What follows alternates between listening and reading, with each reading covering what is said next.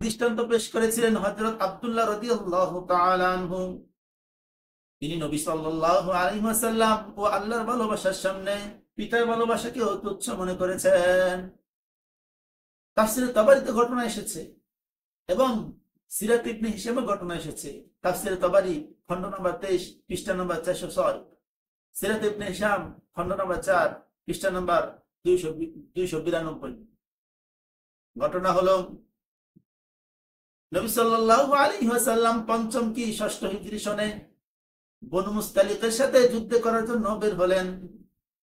বনু মুস্তালিকের সাথে যখন যুদ্ধ সমাপ্ত হলো, আব্দুল্লাহ ইবনে উবাই ইবনে সুলুল মুনাফিক সর্দার সে একটি কথা বলেছিল। কথাটি হলো যে যখন আমরা মদিনায় ফিরে যাব তখন মদিনার পূর্ণভূমি থেকে সম্মানিত লোকেরা অসম্মানিত লোকদেরকে বের করে দিবে। মদিনায় ফিরে যাওয়ার পর সম্মানিত লোকেরা অসম্মানিতদেরকে বের করে দিবে। এই কথা বলার পর আল্লাহ রাব্বুল আলামিন তার এই কথাটাকে কোরআন নাজিল করে আল্লাহ নবী সাল্লাল্লাহু আলাইহি সাল্লামকে জানিয়ে দিয়েছেন। আল্লাহ তাআলা সূরাতুল মুনাফিকুনের 8 নম্বর আয়াতে বলেন, ইয়াকুলুনা লা ইন রাজআনা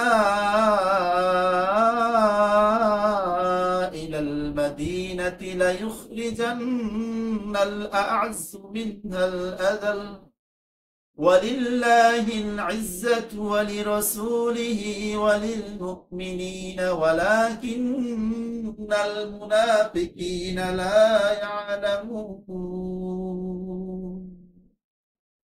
মুনাফিকরা বলে যখন আমরা মদিনায় ফিরে যাব তখন মদিনার পূর্ণভূমি থেকে সম্মানিত লোকেরা অসম্মানিতদেরকে বের করে দিবে। আল্লাহ তাআলা বলেন